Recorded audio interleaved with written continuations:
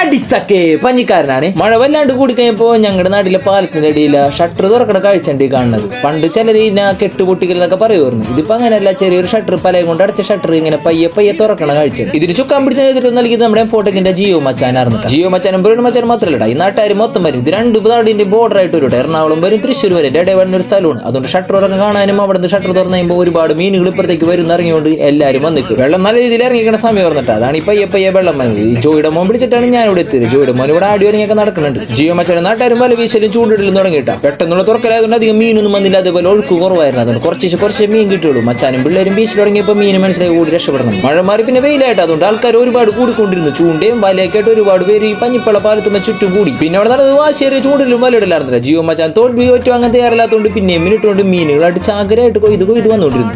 ചിരിച്ചുകൊണ്ട് ബക്കറ്റ് കൊണ്ട് പോണതാണ്ട് നമ്മുടെ ജോയുടെ മോൻ ഇറങ്ങി വിജയവൻ വിളിച്ചിട്ടാണ് ഞാൻ ഇവിടെ വന്നത്. അങ്ങനെയാണ് ജിയോ മച്ചാനും ഞാൻ ഇവിടെ ചൂണ്ടിടാനും വലിടാനായിട്ട് ഇവിടെ ഇറങ്ങിയത്. കണ്ടായി എന്തോരം മീനുകളൊക്കെ പൊടി മീനുകളായിരുന്നിട്ട് പിന്നെ കോലാനുണ്ടായി. പിന്നെ ഇടയ്ക്ക് കരിമീൻ കിട്ടുണ്ടായിരുന്നു. ജിയോ മച്ചാനും പ്രിയ മച്ചാനൊക്കെ ഞങ്ങളുടെ നാട്ടുകാരുണ്ട്. അതുകൊണ്ടാണ് ഞങ്ങൾ ഇത്രത്തോളം കമ്പനി ആയത്. അതാണ് വലിടാനും ചൂണ്ടിടാനൊക്കെ കൂടെ കൂട്ടിയത്. അവരുടെ ചാനലിൽ കാണിക്കുന്ന സ്ഥലമൊക്കെ ഞങ്ങളുടെ നാടാനായിട്ടാ. പൊയ്യ മനോഹരമായ പൊയ്യാണ്ട് അവർ കാണിച്ചുകൊണ്ടിരിക്കുന്നത്. അവരുടേതായ രീതിയിൽ നല്ല രീതിയിൽ കാണിച്ച് ലോകം മൊത്തം അറിഞ്ഞുകൊണ്ടിരിക്കുന്ന ഒരു നാടാണ് പൊയ്യ. ചൈനീസ് വല ആയതുകൊണ്ട് ഇങ്ങനത്തെ മീനുകളാണ് കൂടുതലും കിട്ടിയത്. കരിമീൻ കിട്ടുന്നതൊക്കെ ചൂണ്ടക്കാർക്കാണ്ട്, വലക്കാർക്ക് മറ്റു കോലാനും പോലുള്ള മീനുകളൊക്കെ കിട്ടുണ്ടായിരുന്നു. നമ്മളോട് വന്നത് നമ്മുടെ ചേച്ചിയുടെ കുരിപ്പാണ്ട്. ചേച്ചിയുടെ കുരിപ്പാണെങ്കിൽ ഇവരാണ് ഒടുക്കത്തെ ഫാൻസാണ്. ജിയോ മച്ചാൻ പ്രിയ മച്ചാൻ എന്ന് പറഞ്ഞ ഒടുക്കത്തെ ഒച്ചപ്പാടുമ്പോഴാണ്. അതുകൊണ്ട് അവനെ ഞാൻ കൂട്ടിയിട്ടുണ്ടായിരുന്നു. അപ്പോൾ അവന് മീൻ പറക്കാൻ അവരോട് നിന്ന് ഞാനും സഹായിച്ച്. ഞങ്ങളുടെ ഇവിടെയുള്ള നാട്ടുകാരുടെ പ്രധാന വിനോദമുണ്ട് ഈ മീൻ പിടിക്കലും ചൂണ്ടിടലും. അതൊരു വരുമാന മാർഗം തന്നെയാണ്. പുഴയും കായലുകളാലും ചുറ്റപ്പെട്ട ഒരു നാടാണ് ഞങ്ങളുടെ പൊയ്യ. അതുകൊണ്ട് പൊയ്യക്ക് ചുറ്റും വെള്ളമാണെന്ന് എല്ലാവരും പറയും. അതന്നെ സത്യമാണ്, ചുറ്റും വെള്ളമാണ്. ഓരോരോ വരവിനും മച്ചാൻ ഓരോരോ രീതിയിൽ മീൻ വാരി കൊണ്ടുവരുന്നു. അത് കാണുന്നവർ എല്ലാവർക്കും ആവേശം കൂടി പിറക്കിടാനും പിറക്കി മാറ്റാനൊക്കെ ആയിട്ട്. ചെറിയ മീനുകളായതുകൊണ്ട് പിടിക്കാൻ ഭയങ്കര പാടായിരുന്നിട്ട് എല്ലാവർക്കും. ഞങ്ങളുടെ നാട്ടിൽ ഏറ്റവും കൂടുതൽ കിട്ടുന്നത് മീനാണ്. അതുകൊണ്ട് മീനിന്റെ ഭക്ഷണം കഴിക്കാൻ വേണ്ടി ഒരുപാട് പേര് ചുറ്റുന്നു വരാറുണ്ട്. ഒരുപാട് കൂട്ടുകാരന്മാർ ചോദിക്കാറുണ്ട് നിനക്ക് എല്ലാ നേരം മീനല്ലേ എന്ന് ചോദിക്കാറുണ്ട്. അത് സത്യമാണ്. എപ്പോഴും മീൻ കിട്ടാൻ ഒരു നാടായതുകൊണ്ട് എപ്പോഴും മീൻ കറി ആയിരിക്കും വീട്ടിൽ. മീൻ കറി കൂട്ടാണ്ട് ഊണിറങ്ങാൻ പറ്റാത്ത നാട്ടുകാർ വരെ ഞങ്ങളുടെ ഇടയിലുണ്ട്.